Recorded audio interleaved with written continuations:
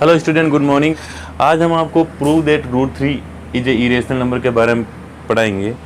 जैसा कि मैं आपको पहले ही पढ़ा चुका हूँ कि स्क्वायर रूट में कोई भी प्राइम नंबर होता है, वो नंबर स्क्वायर रूट में आने के बाद जो भी प्राइम नंबर होता है उसके ऊपर जैसे ही स्क्वायर रूट लगाया वो नंबर आपके इरेशनल नंबर हो जाता है। तो ये भी एक इरेशनल नंबर है रूट 3। बस इसको प्रूव करना है। प्रूफ कैसे करेंगे देखिए। Proof, let root 3 is equal to A upon b.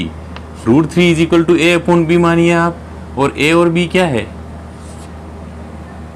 Root 3 is equal to A upon b. या फिर आप इसको ऐसे शुरुआत कीजिए कि let root 3 is a rational number, rational number such that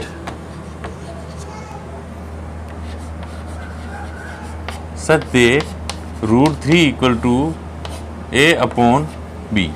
root 3 एक रेशनल नंबर है। किस प्रकार से? Root 3 upon a upon b है is equal to where A and B are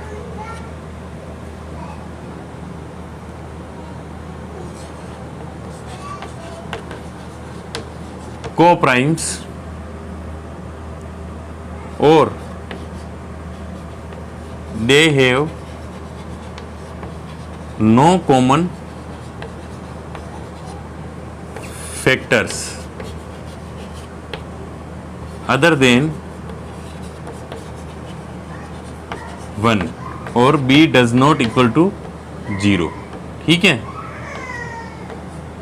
b does not equal to 0। तो आपके पास क्या हो जाएगा कि root 3 equal to A upon B मानेंगे where A and B are को प्राइम्स। ए और बी क्या? को प्राइम्स है और इंटीजर्स भी हैं। ए और b are integers and coprime. यहाँ लिख दीजिए आप इंटीजर्स। ठीक है, a and B are integers coprime और they have no common factor other than 1। मतलब ए और बी ऐसे नंबर है, दोनों नंबर जिनमें कोई भी कॉमन नहीं है। जैसे ए की जगह 2 है तो बी की जगह 3 है, ए की जगह 5 है तो बी की जगह 7 है। दोनों अलग अलग नंबर है क्योंकि दोनों में एक ही कॉमन है, 1 के अलावा कुछ कॉमन नहीं, ऐसे को प्राइम नंबर है।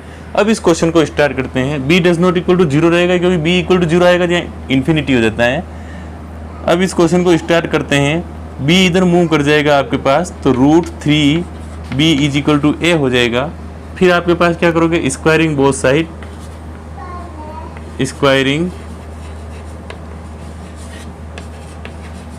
बोथ साइड we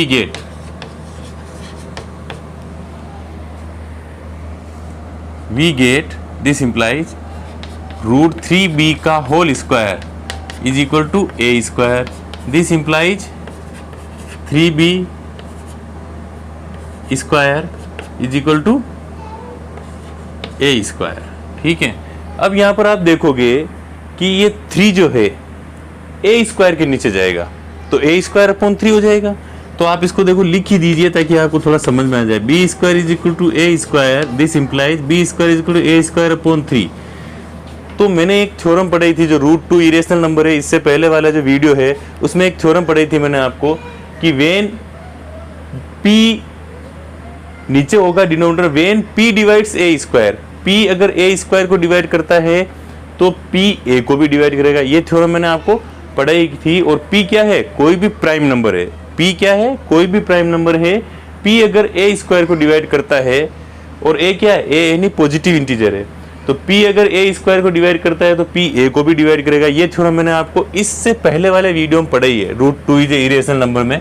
ठीक है, तो पहले आप उस वीडियो को देखना, उसके बाद आप ये समझ पाओगे ये क्या चीज़ है कि a स्क्वायर में 3 का भाग जा रहा है तो a में भी 3 का भाग जाएगा। ये बिल्कुल सत्य है, यूनिवर्सल ट्रुथ है, थ्योरम है, ये थ्योरम है। और जो चीज़ थ्योरम बन जाती है, थ्योरम कोई चीज़ थ्योरम कब बनती है स्टूडेंट?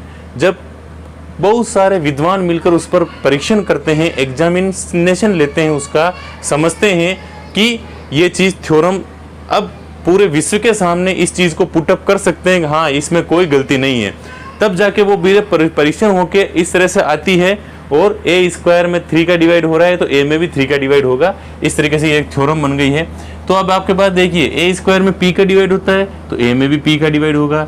ए स्क्वायर अपॉन 3 है मतलब 3 का भाग ए स्क्वायर में जा रहा है तो ए में भी 3 का भाग जाएगा। तो यहाँ क्या लिख सकते हैं आप कि 3 डिवाइड्स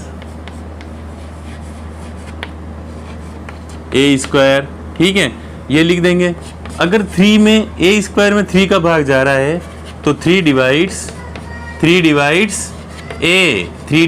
ए, ये हो गया आपके पास, ये हो गई आपके पास इक्वेशन फर्स्ट। नाउ आप क्या पुटअप करेंगे यहाँ पर 3 डिवाइड्स ए, इसका फायदा उठाते हुए आप a equal to 3c put up करेंगे, क्योंकि a इक्वल टू 3c कब आएगा, क्योंकि अगर a में 3 का भाग जा रहा है, अगर a में 3 का भाग जा रहा है तो a कोई नंबर है जो 3 का मल्टीपल है तभी तो 3 का भाग जाएगा। भाई a कोई नंबर है जो 3 से मल्टीप्लाइड है ऑटोमेटिक, तभी तो उसमें 3 का भाग जाएगा। तो a को आप अगर क्या लिख सकते हो, a equal to now put a equal to 3c लेंगे, क्योंकि 3 का मल्टीपल है तभी तो भाग जा रहा है 3 का इसमें, तो a इक्वल टू 3c लेंगे। Put a equal to 3c in equation first. We get क्या करेंगे अपन इसमें, वी गेट हमें क्या प्राप्त होता है, ठीक है।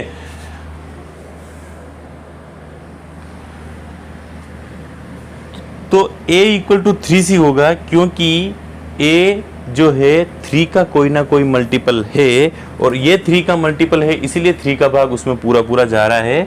तो put a equal to 3c in equation first, ये जो इक्वेशन फर्स्ट है इसमें 3c पुटअप करेंगे तो हमें प्राप्त होता है वी गेट, हमें प्राप्त होता है कि देखिए आप क्या प्राप्त होता है, this implies b square is equal to a की जगह 3c पुटअप करना, ये a है तो आपके पास 3c का होल स्क्वायर हो जाएगा अपॉन 3 आ जाएगा, ठीक है।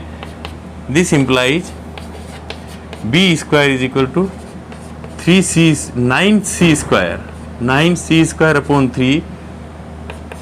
This implies b square is equal to 3 से ये 3 कट गया, आपके पास क्या आ गया 3c square, B square is equal to 3c square आ गया, 3 जा 9 कट गया ये, तो B square is equal to 3c square. अब ये 3 अगर मूव इधर कर देते हैं बी स्क्वायर के नीचे तो आपके पास बी स्क्वायर अपॉन 3 आ जाएगा। सेम सिचुएशन आ जाएगी जो इक्वेशन फर्स्ट में ही, ए स्क्वायर अपॉन 3। तो आपने और हमने क्या माना कि 3 का भाग ए स्क्वायर में जाता है, अगर 3 का भाग ए स्क्वायर में जाता है तो ए में भी 3 का भाग जाएगा। Same logic, same concept, same technique यहाँ पर कि ये 3 यहाँ मूव करता है बी स्क्वायर के नीचे तो 3 का भाग बी स्क्वायर में जाएगा। अगर 3 का भाग बी स्क्वायर में जाएगा तो 3 का भाग बी में भी तो जाएगा। तो यही है, ये आपके पास इक्वेशन सेकंड आ गई। आप इसको 3 को इधर लाके लिखो या नहीं लिखो उससे कुछ फर्क नहीं पड़ रहा है, इक्वेशन सेकंड आ गई। आप क्या लिखोगे, आप this implies 3 divides b square. Again अगर 3 बी स्क्वायर में डिवाइड करता है तो 3 डिवाइड्स बी, तो 3 किस में डिवाइड करेगा, बी में डिवाइड करेगा, ठीक है।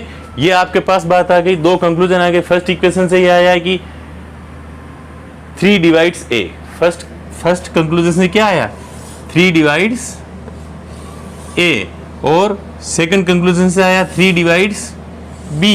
ये कंक्लूजन निकल के आया स्टूडेंट, 3 डिवाइड्स ए और 3 डिवाइड्स बी कैसे पॉसिबल है, इस पर दिमाग पे जोर डालो। क्योंकि आपने क्या लिखा यहाँ पर, a and B are integers coprimes मतलब ए और बी दोनों को प्राइम है, दोनों एक दूसरे से डिफरेंट है और प्राइम नंबर है, और they have no common factors other than 1, उनके बीच में 1 के अलावा कुछ कॉमन नहीं है ए और बी के बीच में। लेकिन आपके पास यहाँ तो कॉमन निकल के आ गया है।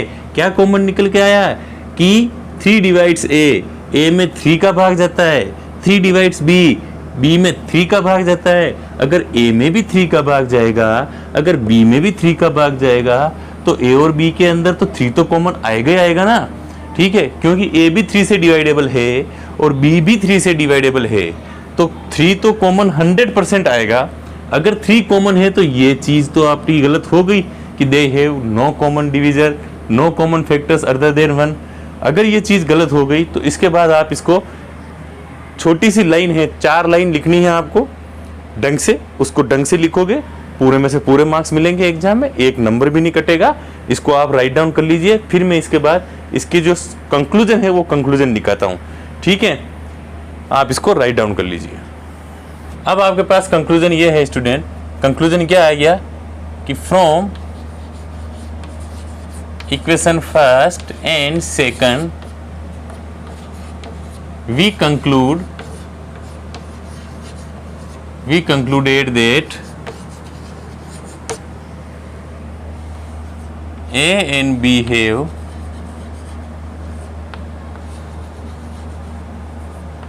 common factor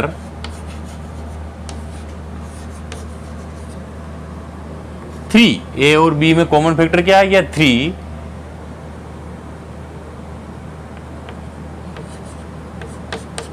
It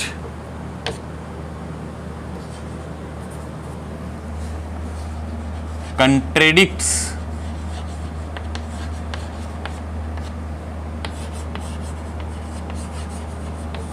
the fact that A and B have no common factor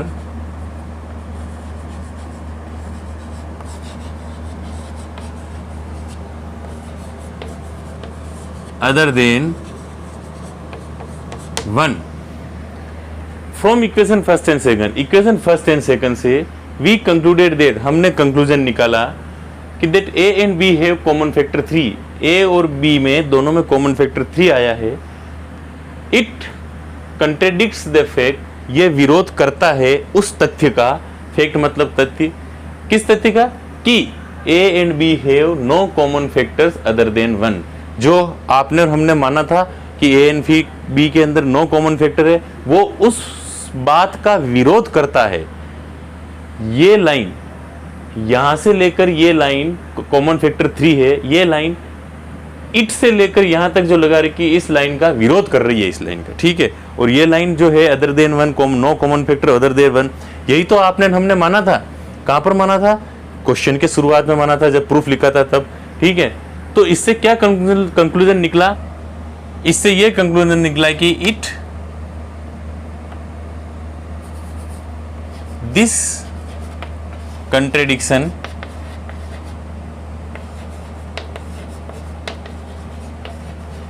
arises due to our wrong assumption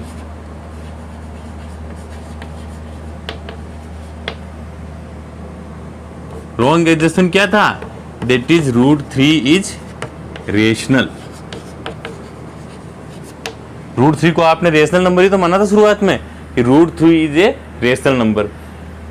this contradiction, ये विरोधाभास क्यों आया? कॉमन फैक्टर क्यों आए? कॉमन फैक्टर सिर्फ और सिर्फ इस कारण से आया स्टूडेंट, क्योंकि दिस कंट्राडिक्शन, ये विरोधाभास अराइजेज, उठा, ये विरोधाभास उठा या आया ड्यू टू, कारण, टू ओवर रॉन्ग अजम्पशन, हमारे गलत अजम्पशन मानने से। और गलत अजम्पशन क्या था? √3 इज रेशनल, ठीक है। तो इसका मतलब क्या होता है? अगर हमारा गलत एजम्पशन है तो राइट क्या है? जो क्वेश्चन में लिखा हुआ है, दो में से एक तो राइट होगा। तो फिर ये क्या होता है? This implies √3 is irrational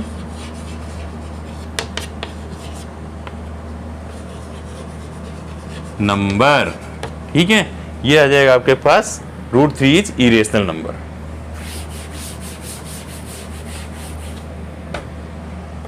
hence prove. Write down कर लीजिए इसको स्टूडेंट।